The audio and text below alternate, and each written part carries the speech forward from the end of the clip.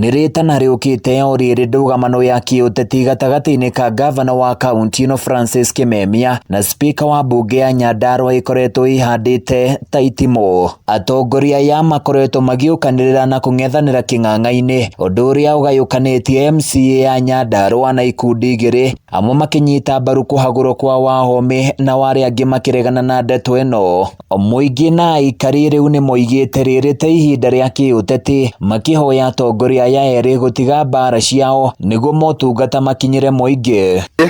Nĩtũgũcenjia tondũ ũguo tiguo twamerire mathi matuĩke twamarire mathi matutire wĩra githĩ tiguo. Mũingĩ na atongoria nĩmaugĩte o nĩ marĩ na maũndũ marĩa maramathĩnia na kĩhonia kĩa mo no kĩonekire atongoria arĩa mathurirwo mangĩnyitanĩra na kũruta wĩra marĩ hamwe nĩguo gũkinyanĩria ũthii wa na mbere. Atongoria ya kĩũteti na makanitha mekwaragia marĩ igongona-inĩ rĩa kanitha mwena wa Ndaragwa. Handũ-inĩ ya Kameme TV kuma kaunti-inĩ ya Nyandarua, niĩ njĩtagwo Francis Mwangi wa Wawira.